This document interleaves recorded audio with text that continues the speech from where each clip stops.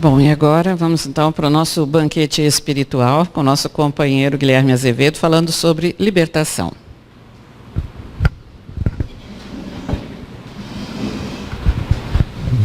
Boa noite a todos.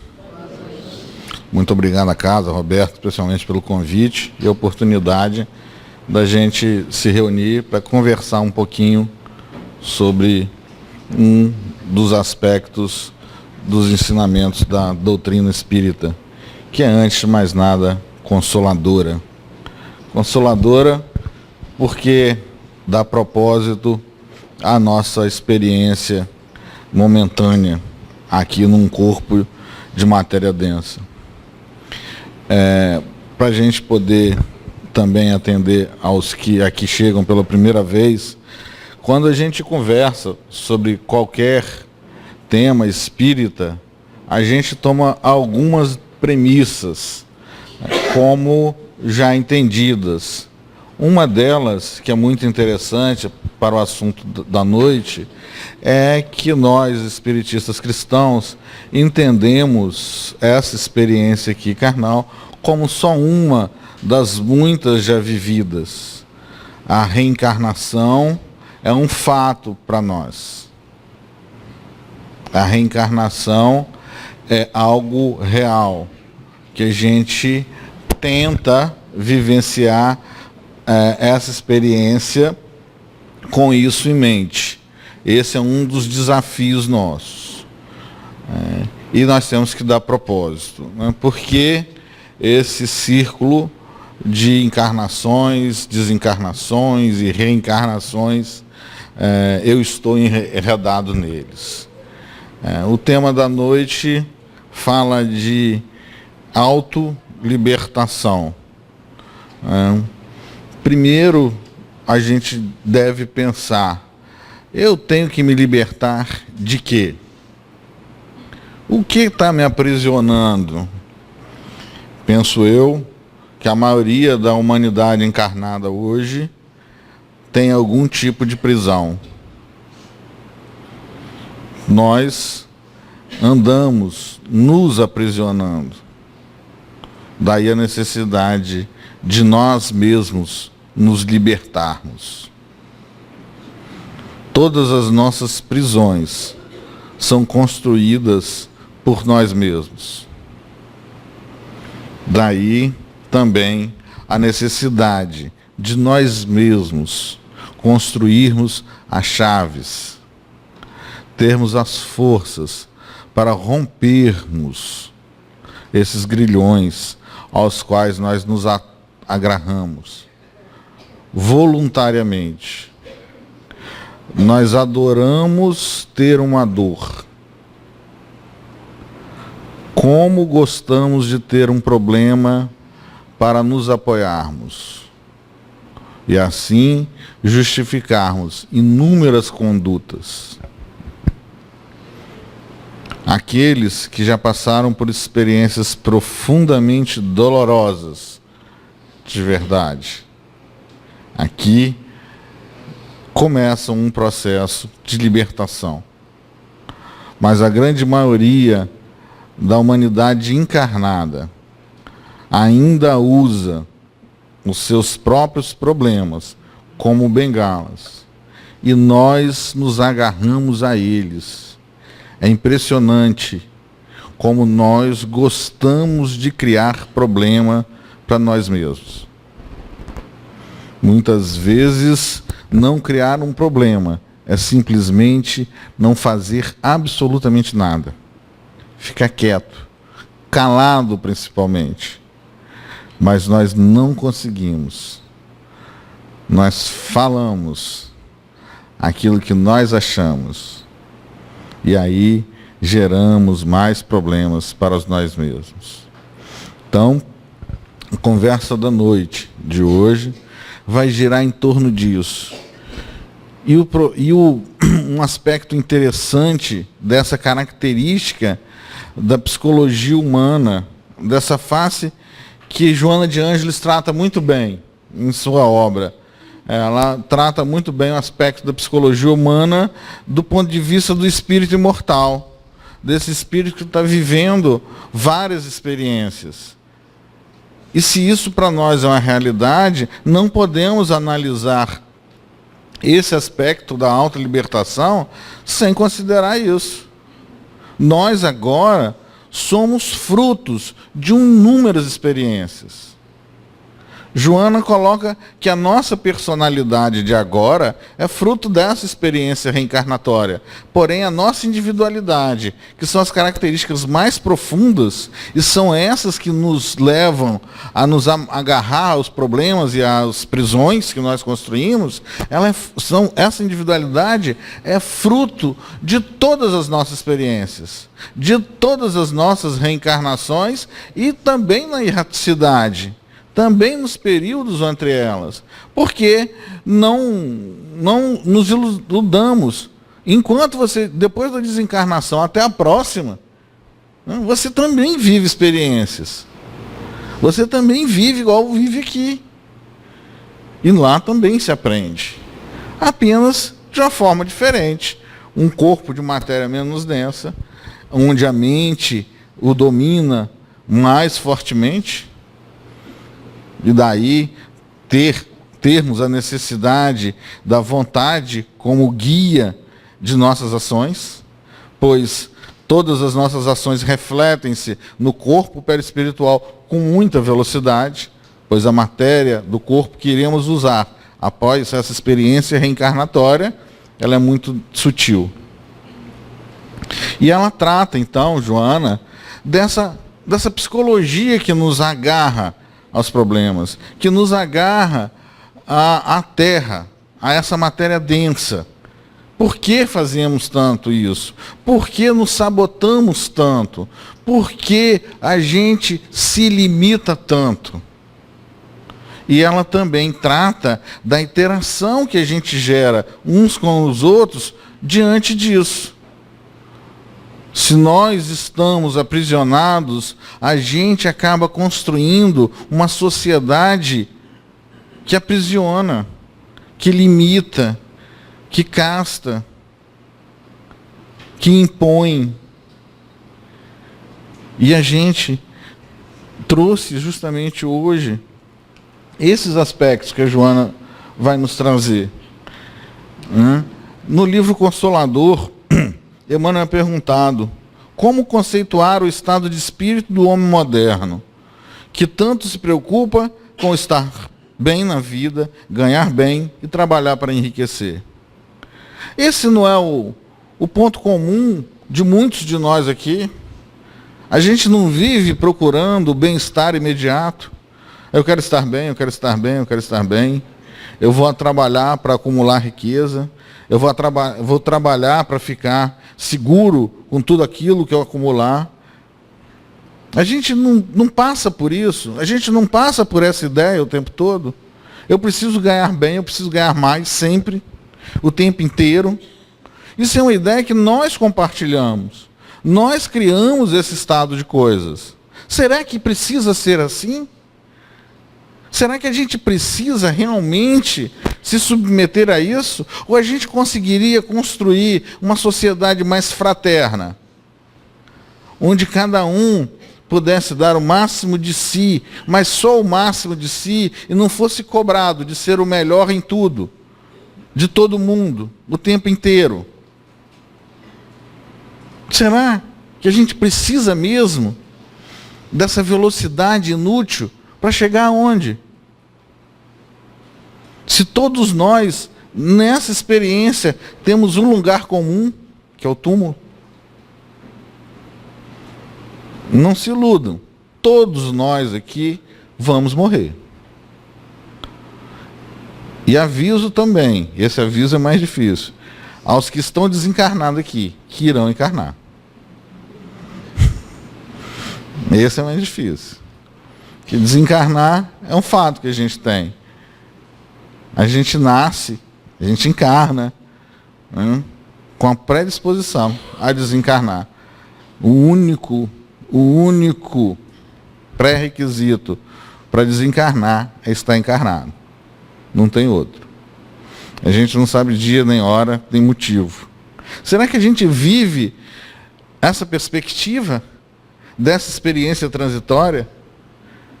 A leitura da noite, quando fala do versículo evangélico, ele fala que o Senhor enviou. Se Ele envia para a terra, para esse mundo, é porque nós pré-existimos ao nascimento. E vamos pós-existir ao túmulo. Será que a gente está preocupado com essa vida também depois do túmulo? Ou será que nós vamos continuar aprisionados a um tempo curto, que é essa experiência reencarnatória, construindo ideias sobre bens transitórios? Será que faz sentido mesmo? Eu não estou dizendo aqui que não tem utilidade isso, que a gente não tenha que trabalhar, que a gente não tenha que buscar o bem-estar. Mas será que isso está acima do meu irmão? Será que para isso eu tenho que escravizar a mim e exigir a escravidão do meu irmão também? Submetê-lo às mesmas ideias? Será que a nossa sociedade precisa mesmo viver classificando as pessoas? A gente vive dividindo as pessoas entre pobres e ricos, homens, mulheres, comportamento assim, assado. E ontem a gente conversava também, numa oportunidade como essa, sobre orgulho e a vaidade. Né? Será que a gente precisa ser tão orgulhoso? Será que a gente precisa ser tão vaidoso? Será que eu preciso exigir do meu irmão tanto sacrifício? Porque eu me escravizo e quero que o outro também se escravize. Porque eu tomei a decisão de limitar as minhas possibilidades. Que sociedade é essa que nós estamos construindo? Que mundo é esse? O que nós vamos fazer? O que nós vamos legar para nós mesmos no futuro, quando voltarmos? O que nós estamos legando para os nossos filhos e netos? Pessoas a quem dizemos amar incondicionalmente. Uma sociedade que só pensa no transitório, que só valoriza o ter, que julga os outros pela roupa que veste, pelo título que carrega. Será que a gente precisa mesmo disso? Se eu me submeto a isso, será que eu tenho que submeter o meu irmão também? E Emmanuel, então, respondendo essa pergunta, vai dizer: esse propósito do homem viciado dos tempos atuais constitui forte expressão de ignorância dos valores espirituais na Terra, onde se verifica a inversão de quase todas as conquistas morais. O que Emmanuel está dizendo aqui é que a gente não se entende mais como espírito imortal. A gente vem na casa espírita, frequenta a casa espírita há 10 anos e continua agindo como um corpo. Como se não existisse um desencarne e após ele uma vida. E depois outra encarnação, outra experiência. A gente espiritista cristão não está dando o exemplo que a leitura da noite pediu. Nós não estamos vivenciando essa realidade. E só cada um vivenciando a sua própria realidade, construindo a sua própria libertação, nós vamos construir um planeta de regeneração. Planeta de regeneração que a gente vive falando nos meios espíritas, não é algo que vem do céu para a terra. É algo que cada um de nós aqui tem que construir. Eu tenho que me regenerar. Isso é responsabilidade minha, pessoal, intransferível. E assim eu terei uma sociedade e um mundo regenerado. Será que a gente vive com isso? Ou vamos continuar ignorando tudo aquilo que a gente passa anos dentro da casa espírita? Estudando, professando, conversando, trocando mensagens em grupos de WhatsApp. Lindas, belíssimas. Uma verdadeira oração é feita com as mãos que obram, com o coração que ama. Não é com a boca que fala. A oração de verdade se constrói em todos os instantes de nossas vidas, à medida que eu semeio o bem. Só assim eu destruo o mal. Não é com crítica, não é com apontamentos ao mal que eu vou destruí-lo. O mal só é destruído com a construção do bem no interior de cada coração. E o coração humano, só você pode tocar. Ninguém toca o coração do outro. A gente ajuda, a gente induz, a gente está perto, a gente dá força, mas ninguém muda ninguém. Só eu sou capaz de me mudar. Só eu sou capaz de dar mais um passo nessa estrada para a vida imortal. Será que nós queremos mesmo evoluir? Como a gente vive dizendo nos nossos estudos espíritas, nas palestras, nos seminários, nós queremos mesmo? Ou nós estamos satisfeitíssimos com essa condição? Vamos continuar acomodado, sentado, na estrada espiritual, vendo reencarnação e reencarnação passar, tempos e tempos passar, e eu sentindo pena de mim mesmo, porque eu tenho muitos problemas. Por que eu não resolvo?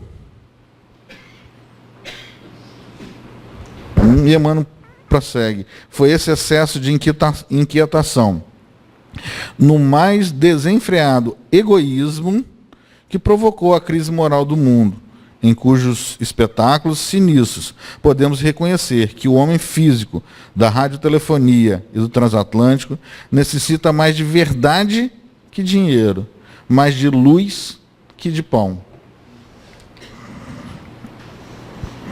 Esse cotidiano que nós construímos, baseado nessas ilusões do dinheiro, do pão, e um pão cada vez mais exuberante, mais diferente, melhor, né? O dinheiro que me dá poder, que me dá a falsa sensação de segurança. Dinheiro não impede ninguém de desencarnar. E quando você estiver desencarnando, você perdeu todo ele. Perdeu os títulos também que conseguiu, que tanto lhe deram segurança, os papéis sociais. Acabou tudo. Você é só um espírito. Não tem nem roupa. Não tem nenhum título, carro, nada. E aí a gente constrói rotinas. Joana de Ângeles vai dizer que um dos aspectos, nós vamos falar de 3 aspectos do nosso dia a dia que nos aprisionam, que nós construímos as nossas prisões. E um deles é a rotina.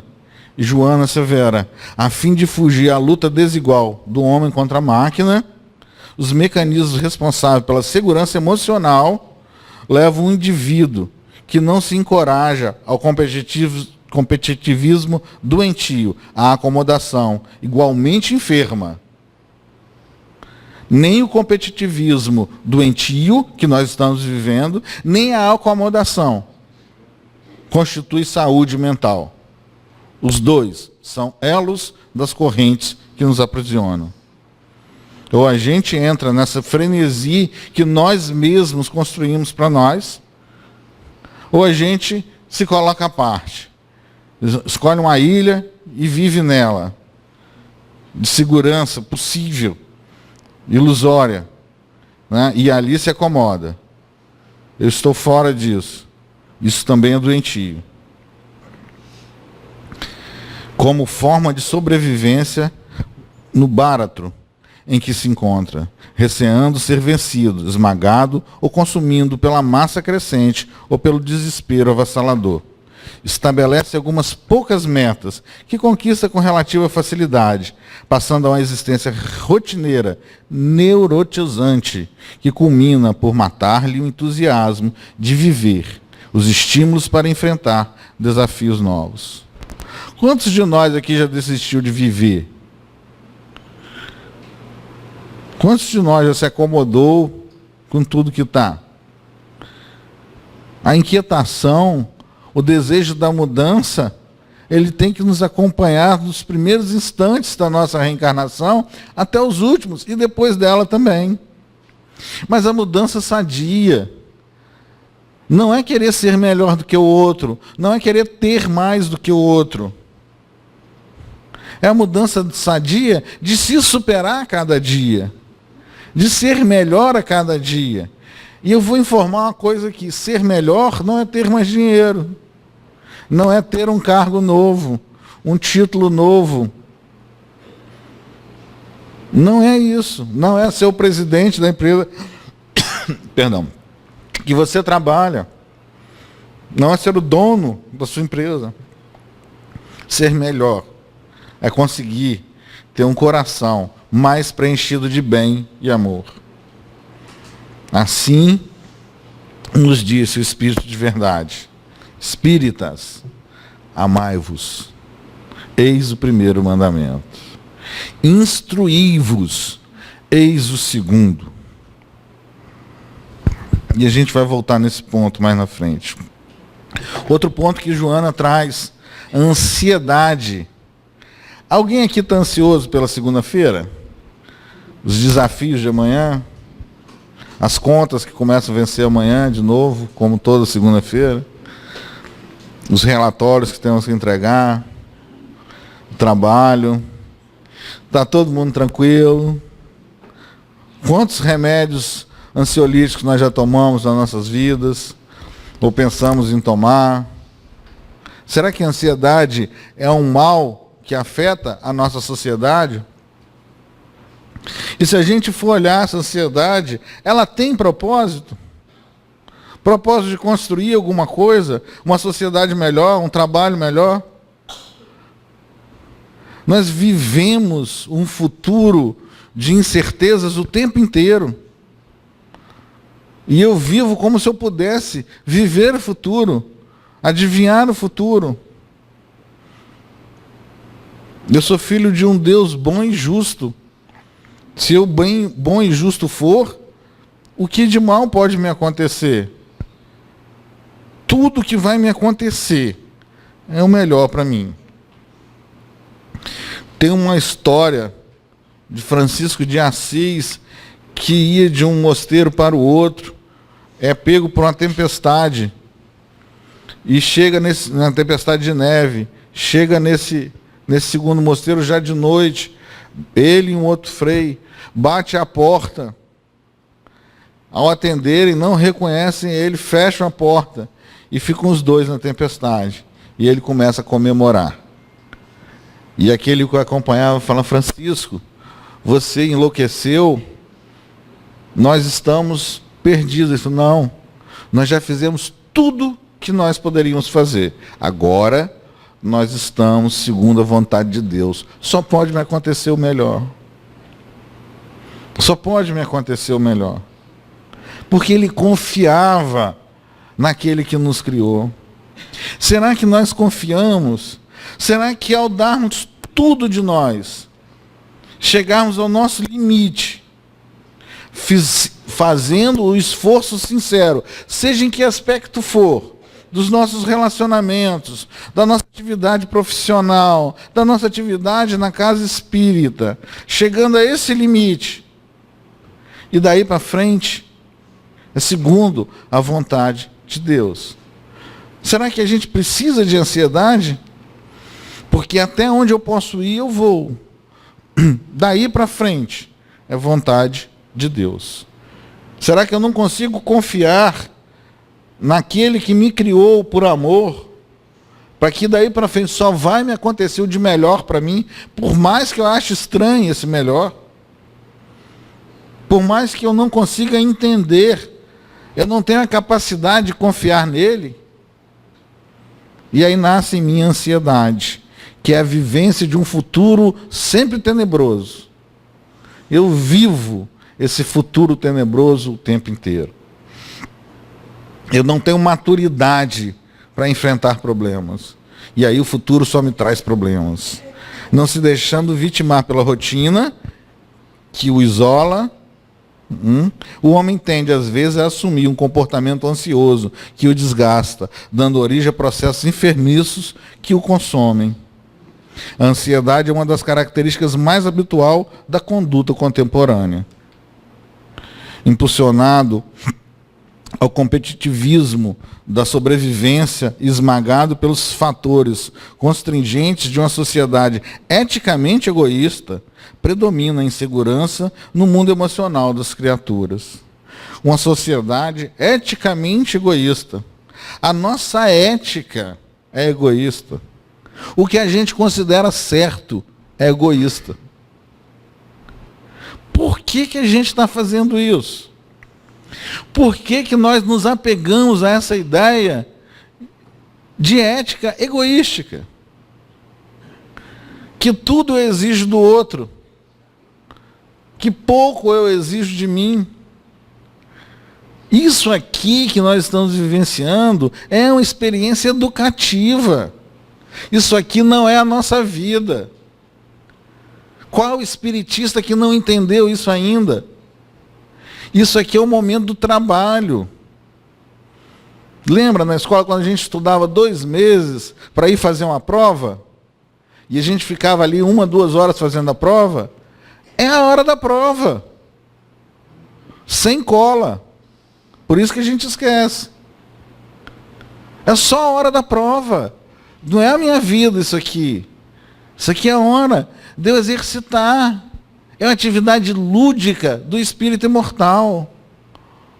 Por que eu me recuso a me entregar à prova?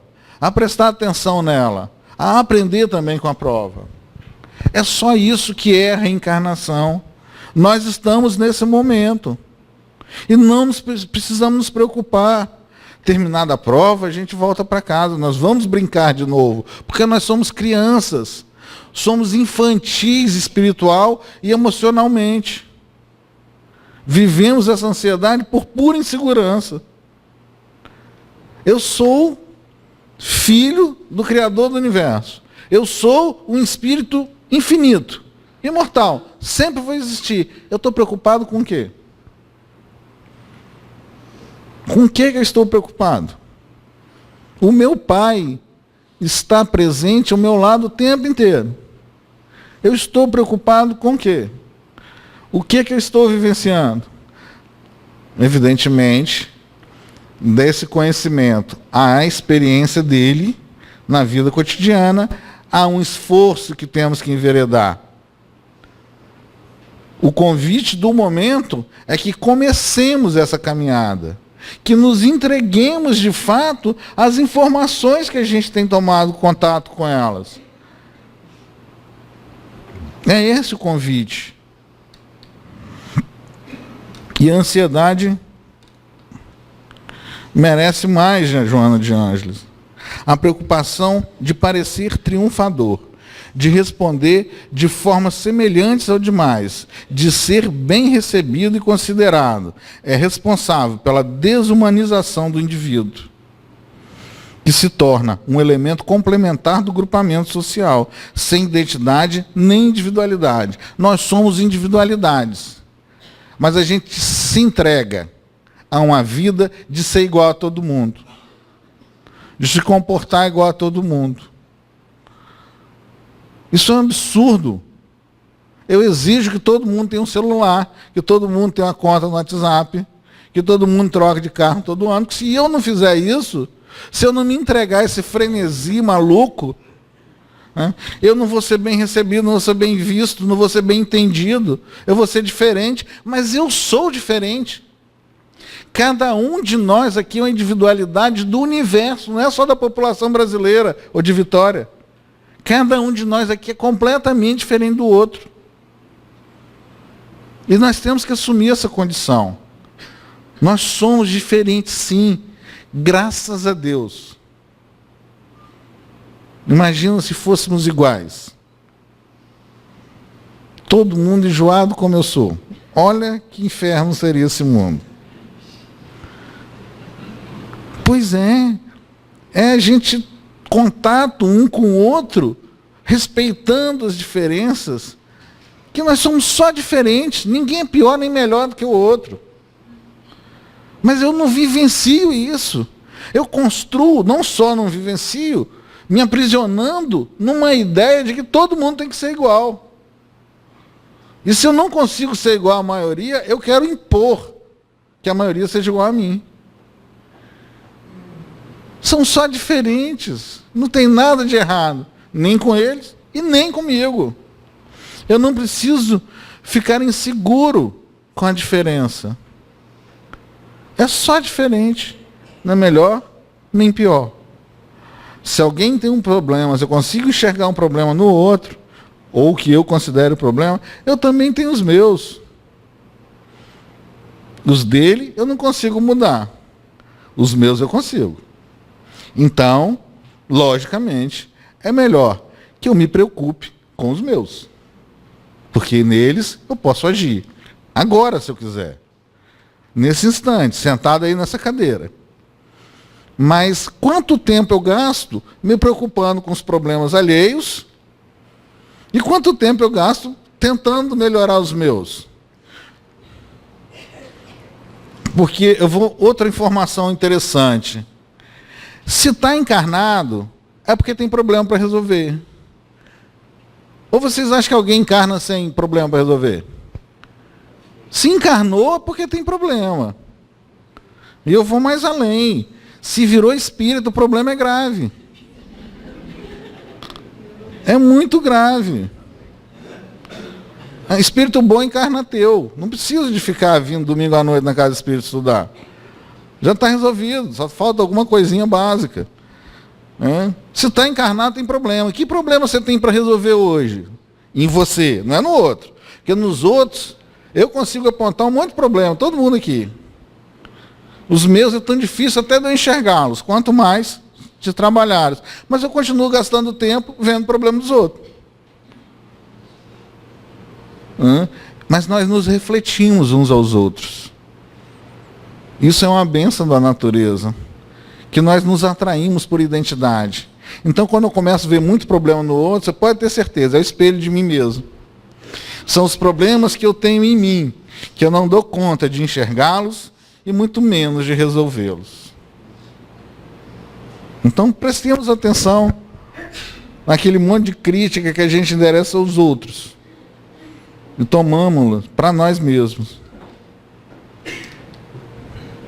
Tendo como modelo, muitas vezes, personalidades extravagantes que ditam modas e comportamentos exóticos, ou liderado por ídolos da violência, como da astúcia dourada. O descobrimento dos limites pessoais gera inquietações e conflitos que mal disfarça a contínua ansiedade humana. Gente, a gente fica criando modelos para a gente seguir mais uma vez. E às vezes eu não consigo ser igual a esse meu ídolo, meu mito, meu sei lá o quê. Não existe isso. Não existe ídolo, não existe mito. Cada um é diferente. Eu tenho minhas limitações. Eu tenho que me gostar do jeito que eu sou. Me amar tanto para que eu consiga me melhorar. Essa é a maior prova de amor que eu posso ter. Me amar. Me gostar. Estar bem, mas estar bem com a visão de espírito imortal. Não é estar bem só dessa visão de um espírito vivendo na transitoriedade. Todos nós aqui, jovens, vamos amadurecer, envelhecer, vamos passar por todas essas experiências. Vamos ter problemas de saúde, mais cedo ou mais tarde. Vamos viver isso. O que resta de mim que é eterno? Eu estou cuidando também desse espírito eterno, desse espírito imortal que vai desencarnar e que depois vai encarnar de novo, para viver outra experiência. O que eu vou levar para a próxima encarnação? E o que eu vou deixar aqui? Lembra que aquele monte de lixo que a gente joga não sai do planeta, não, vai ficar por aqui. Nós vamos ter contato com todo esse monte de lixo que nós estamos deixando aqui. E eu não estou falando só do lixo comum, físico, não. Eu estou falando dos lixos morais mesmo. que nós vivemos emitindo. Essas ideias de sectarismo, de divisão, de separação, de falta de amor, de solidariedade, de entendimento, são os lixos que nós vamos ter contato com eles, talvez agravados, na nossa próxima experiência reencarnatória. Então, se eu quero construir uma próxima reencarnação melhor um pouquinho, é melhor começar agora. Porque eu vou ser responsável por todo o lixo moral que eu construí nesse planeta. Eu sou herdeiro dele. Isso é inevitável. E tudo isso gera na gente muito medo. Nós vivemos com medo. Nós somos a personalização do medo. Nós temos medo uns dos outros. Muitas vezes a gente olha para o nosso companheiro, para a nossa companheira, com medo. A gente olha para a nossa mãe, para o nosso filho, com medo. Com o conhecimento espiritista que eu tenho, isso é um absurdo. Evidentemente, isso é uma construção no tempo. Mais uma vez, é um convite a uma jornada de transformação. Mas uma jornada que a gente pode começar agora. E cada um aqui, por ser individualidade, tem o seu caminho. Não tem forma, não tem receita comportamental. Eu desafio a qualquer um aqui a me apontar em algum compêndio espírita sério, as obras basilares de Kardec, regras de comportamento. O que o Cristo nos pede é uma coisa só, que nos amemos como de todo o coração que eu conseguir. Ele não fala que eu tenho que te amar assim ou assado, mas que eu tenho que me esforçar, sinceramente, desinteressadamente, a amar meus irmãos, de forma desinteressada, de todo o meu coração, no meu limite, da minha forma, como eu conseguir, sinceramente me esforçando ao máximo. Só isso. Ele não fala como você tem que se vestir, cortar cabelo, se comportar aqui ou não. Só fazer o bem. Nunca fazer o mal. Só. Não tem regra de comportamento. Não existe regra de comportamento. E Joana continua com medo, encarcerando-se cada vez mais nos receios justificáveis do relacionamento estável com as demais pessoas, surgem as ilhas individuais e grupais, para onde fogem os indivíduos, na expectativa de equilibrarem-se, sobrevivendo ao tumulto e à agressividade, assumindo, sem dar em conta, um comportamento alienado, que termina por apresentar-se igualmente patológico. Quantos de nós não está criando ilhas de ideais e me refugio ali, dizendo tudo que é igual a essa ilha é bom, tudo que é diferente é execrável. Que muros eu estou construindo para me dividir do resto da humanidade? Dividir daquele que foi criado por Deus com o mesmo amor que Ele te criou. Quantos de nós está vivenciando essa experiência? Por puro medo. Medo. Muito medo. Medo de abrir o coração, de conversar, de conhecer a ideia do outro, de discutir, de mudar, de abrir mão dos próprios problemas, de sair do lugar. É muito mais fácil. Eu não tenho coragem. Aí isso aqui é que acontece. Chega no final da encarnação, você não mudou nada, você desencarna, tem que encarnar de novo. Vive isso tudo de novo. Aí continua parado. Reencarna com um pouquinho mais de dor para ver se mexe. É assim que funciona. O movimento causa uma certa expectativa. Se jogar um novo, abraçar aquele irmão que eu não entendo direito porque ele age daquele jeito, dar ouvidos a ele. Por que você faz assim? Por que você pensa assim? Me conta. O que te leva a isso? Será que a gente está capaz de fazer isso? Meu filho, por que você age assim? Talvez este seja o gatilho para mudar um comportamento não tão bom. Ao invés de você só condenar, de você só apontar, de você construir muros para se proteger por puro medo, insegurança, imaturidade emocional. Pura imaturidade emocional. Nós construímos as nossas prisões. E um grande pensador, Bernard Shaw, nos disse que a ansiedade e o medo envenenam o corpo e o espírito. Quantas doenças corpóreas são expressas pelo medo e pela ansiedade que nós vivenciamos? Essa é a nossa prisão. Essa é a nossa prisão que nós construímos para nós e para todos. Que nós emitimos na direção dos outros e vamos recolher essas emissões. Porque nós somos espelhos, nós nos refletimos uns aos outros. E é essa interação que me educa, que me dá a oportunidade de me autoconhecer. E o autoconhecimento é o primeiro passo para a maturidade psicológica do ser integral, desse ser imortal, que é o que nós somos.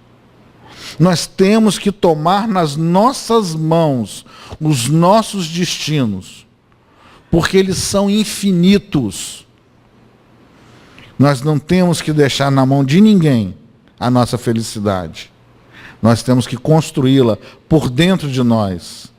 À medida que eu aceito a realidade, que eu me torno alegre com os problemas, que não são problemas, são oportunidades de mudança, de aprendizado, de melhoramento.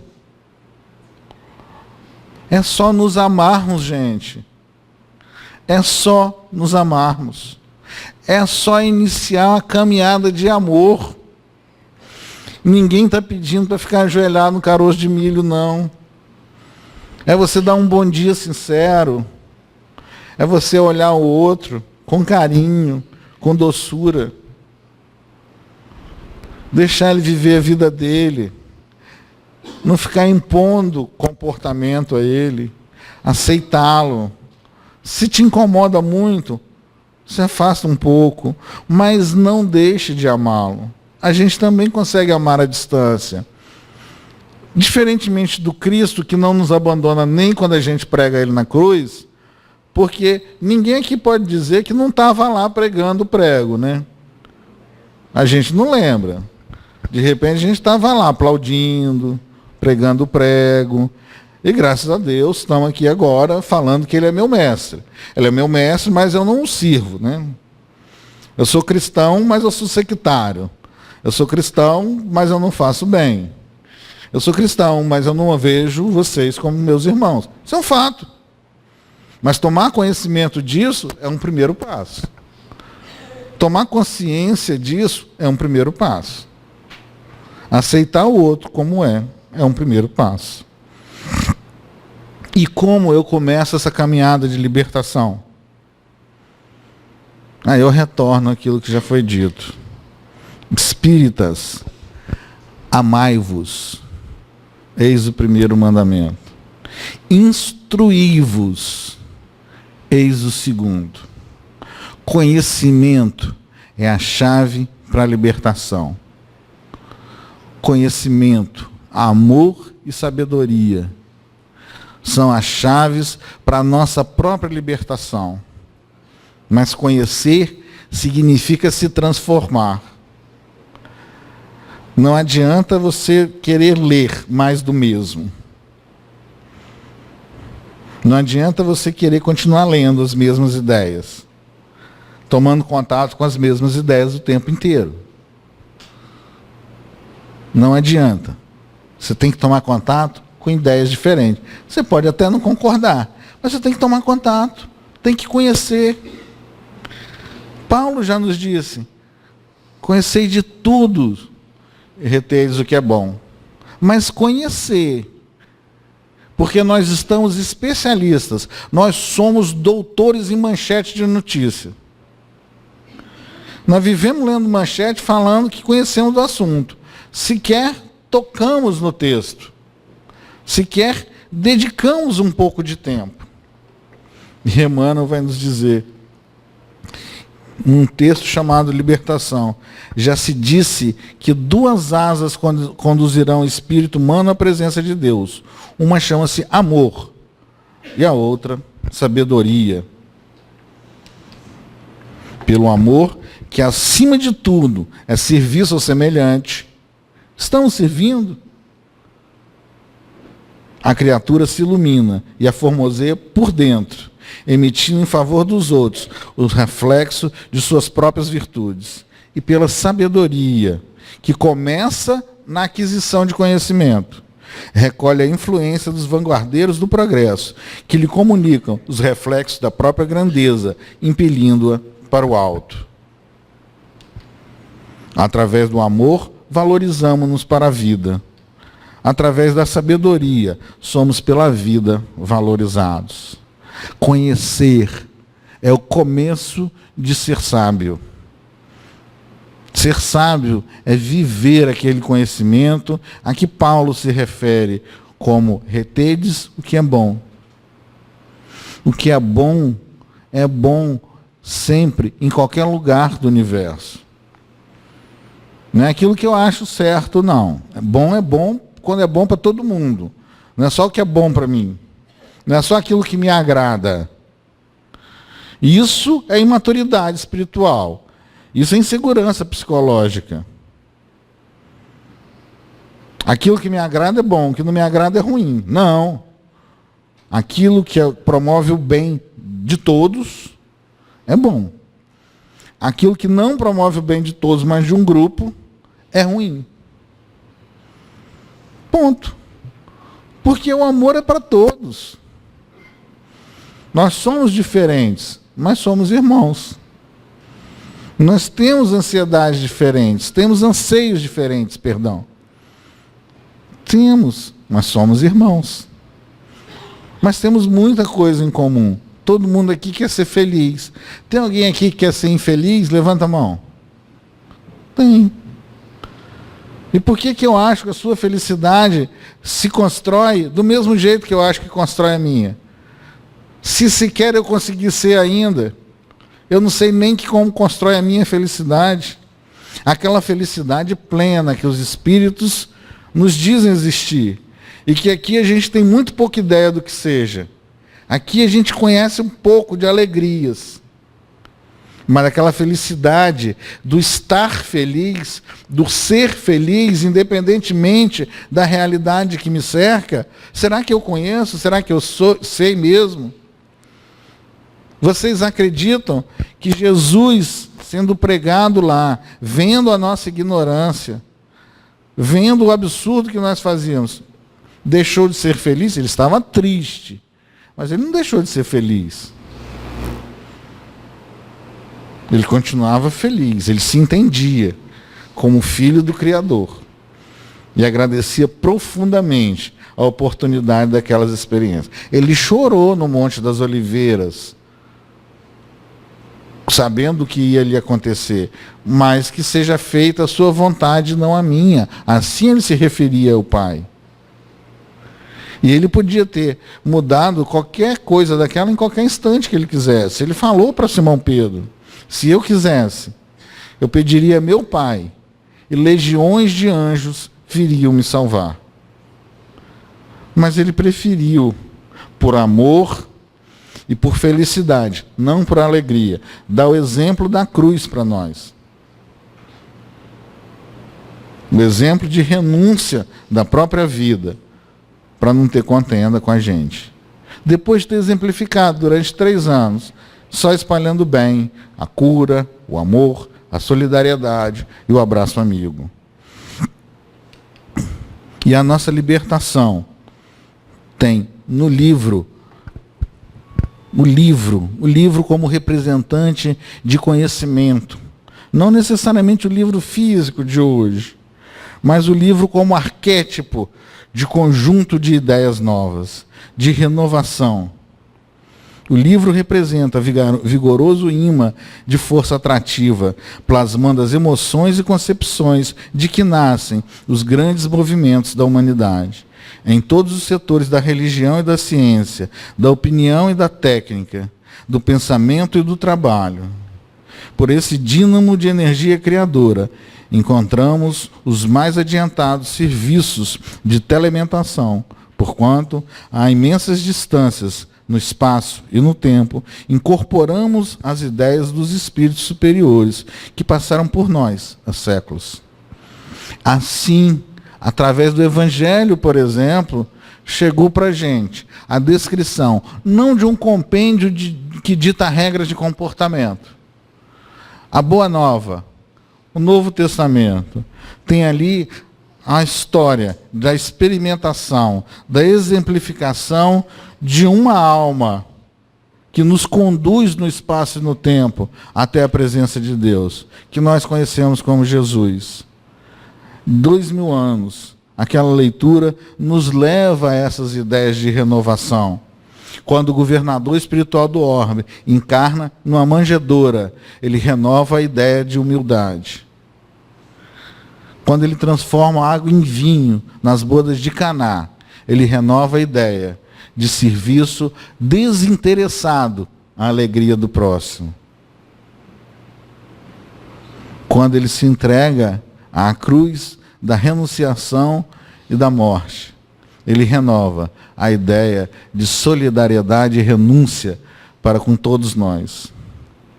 São essas ideias renovadoras que o livro começa. O livro como arquétipo de conhecimento, de contato com novos conhecimentos, conhecimentos deixados para nós, como diz Emmanuel aqui, no espaço e no tempo, para que esses vanguardeiros consigam dilatar suas obras e não fiquem restritas ao tempo que viveram.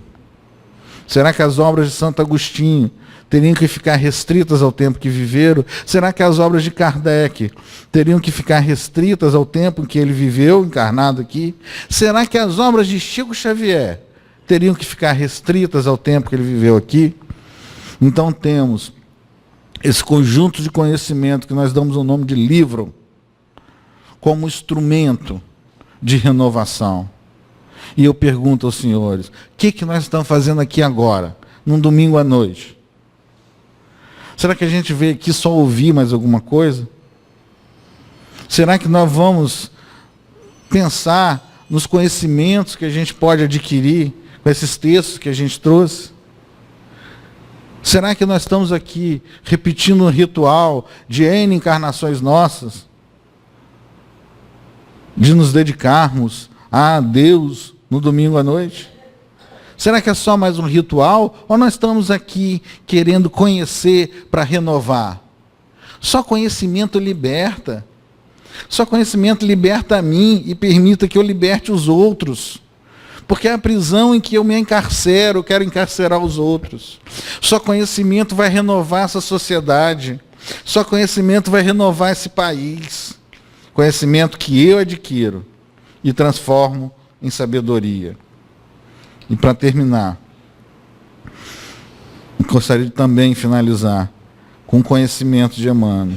Conhecer é patrocinar a libertação de nós mesmos, colocando-nos a caminho de novos horizontes da vida.